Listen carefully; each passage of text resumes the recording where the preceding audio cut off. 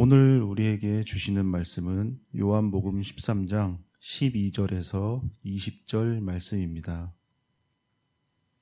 요한복음 13장 12절에서 20절 말씀입니다.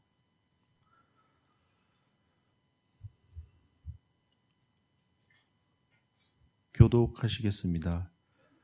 그들의 발을 씻으신 후에 옷을 입으시고 다시 앉아 그들에게 이르시되 내가 너희에게 행한 것을 너희가 아느냐?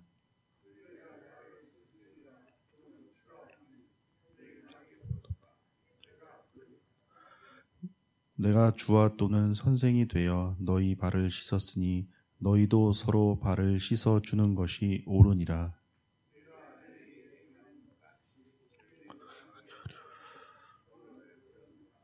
내가 진실로 진실로 너희에게 이르노니 종이 주인보다 크지 못하고 보냄을 받은 자가 보낸 자보다 크지 못하나니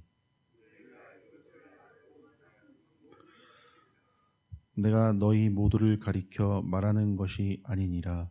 나는 내가 택한 자들이 누구인지 알미라.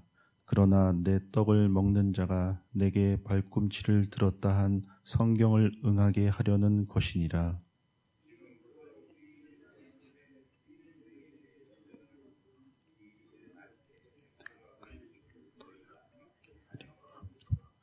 내가 진실로 진실로 너희에게 이르노니 내가 보낸 자를 영접하는 자는 나를 영접하는 것이요 나를 영접하는 자는 나를 보내신 이를 영접하는 것이니라. 아멘. 저녁 먹는 중에 발을 씻기시는 겸손의 본을 보이신 예수님께서는 그 행동의 이제 의미와 목적에 대해서 친히 설명하십니다. 예수님께서는 너희가 나를 선생이라 또는 주라 하니 너희 말이 옳도다 라고 말씀하십니다. 예수님께서 제자들의 발을 씻기셨습니다. 그래서 제자들은 예수님을 선생 또는 주라고 하였습니다.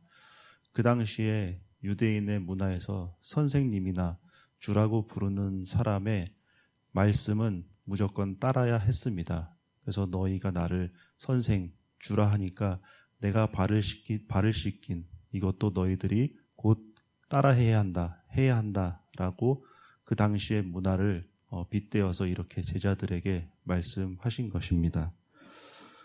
그리고 당시의 상황에서는 선생님이나 주라 하는 사람들이 제자들의 발을 씻기는 그런 일은 결코 없었습니다. 그래서 당시에 어떻게 보면 제자들에게는 정말 파격적이고 획기적인 사건이 아닐 수 없었습니다.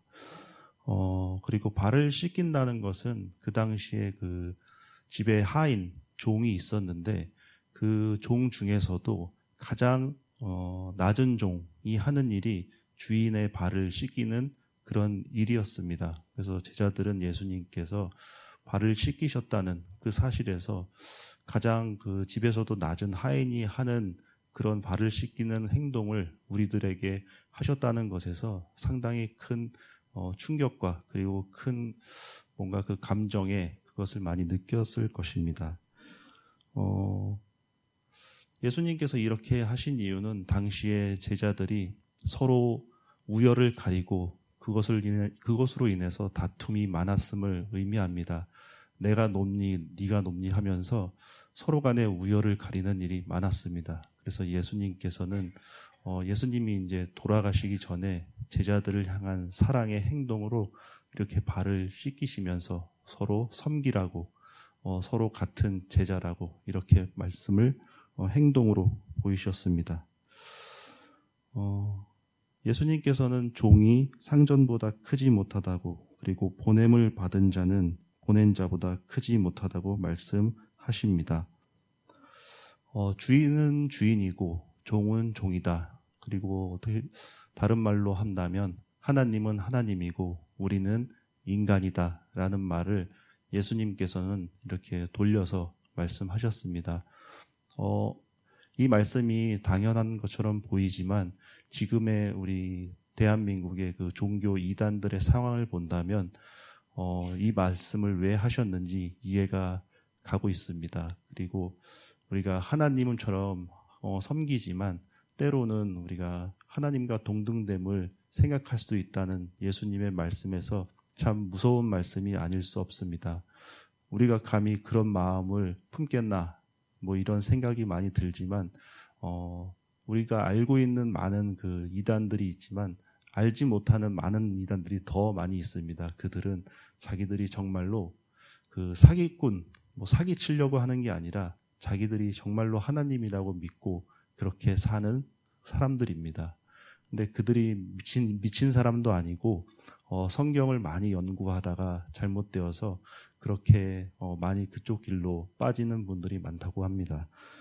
예수님의 이런 말씀은 제자들도 그렇게 될까봐 많이 염려를 하셨습니다. 왜냐하면 제자들도 예수님처럼 많은 기적을 행하였고 예수님의 많은 사역을 보았습니다. 그리고 예수님처럼은 아니지만 그 당시 사람들에게 제자들도 많이 존경을 받고 있는 그런 상황이었을 것입니다. 그리고 예수님의 12제자 밑에 또 70인의 제자, 뭐 500명의 제자 이렇게 해서 알려지지 않은 제자들이 많이 있었습니다. 그래서 그 12제자들도 그 밑에 제자들이 있었기 때문에 그 제자들을 통해서 예수님처럼 하나님처럼 되지 말라고 그렇게 경고의 말씀을 하셨습니다.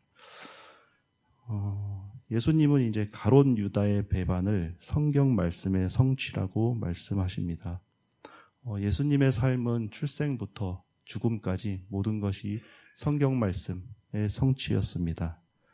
우리도 말씀대로 산다고 이렇게 말을 많이 하는데 그 말씀대로의 말씀은 어떻게 보면 예수님이 우리에게 지키라고 하신 말씀도 우리가 그 말씀대로 사는 것이지만 예수님을 믿는 것 자체가 말씀대로 살고 있는 것입니다. 결국에는 성경 말씀은 예수님을 믿으면 천국에 간다는 것이 결론이기 때문에 우리는 예수님을 믿는 그 말씀대로 지금 살고 있습니다. 그래서 작은 잘못이나 그런 행동을 했다고 해서 그것이 말씀대로 살지 않는다는 그런 말은 아닙니다. 말씀을 따라 살다가 이제 고난을 당할 때는 예수님도 말씀의 성취를 통해서 고난을 당했습니다. 우리도 예수님처럼 그런 영광스러운 길을 가고 있다는 확신과 함께 더욱더 큰 소망을 가지고 담대하게 믿음의 길을 계속 걸어가야 합니다. 주님은 가롯 유다의 배신을 예언하시면서 이 일이 이루어질 때 예수님이 곧 구약의 하나님임을 알고 믿으라고 말씀하십니다. 우리는 주님의 예언이 반드시 이루어짐을 믿음으로 확신하고 살아야 합니다. 그리고 의심하지 말아야 합니다. 이 의심을 하게 하려고 마귀들은 우리들에게 작은 틈을 점점 이렇게 벌리려고 하죠. 우리가 일상생활에 살 때 이제 힘든 일이 있고 그럴 때 예수님을 믿는데 그렇게밖에 살지 못하냐 이런 말을 많이 하고 있습니다. 예수님 믿을 때 가난하거나 병이 들면 예수님을 믿지 않는 사람들은 예수님 믿는데 왜 그렇게 되고 그렇게 사냐 이런 말들을 많이 합니다. 그 말에 대해서 우리가 딱히 대답할 이유도 없고 대답할 말도 별로 없는 것 같습니다. 그것은 그들이 우리들의 믿음을 흔들리려는 그런 말로밖에 우리가 이해할 수 없습니다. 예수님은 이 땅에 오셔서 많은 변화를 이루셨습니다. 우리들도 이 땅에 살면서 많은 변화를 이루어야 합니다.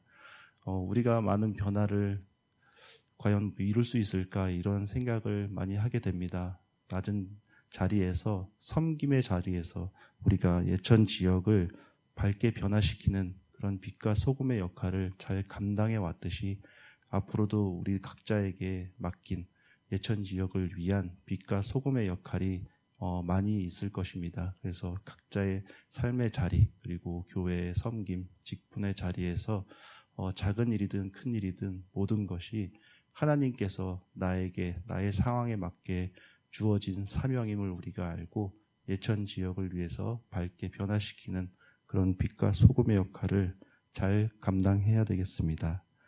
오늘 하루도 각자의 삶의 자리에서 이러한 하나님께서 주신 빛과 소금의 역할을 잘 감당해내는 우리 모두가 되기를 진심으로 기도합니다.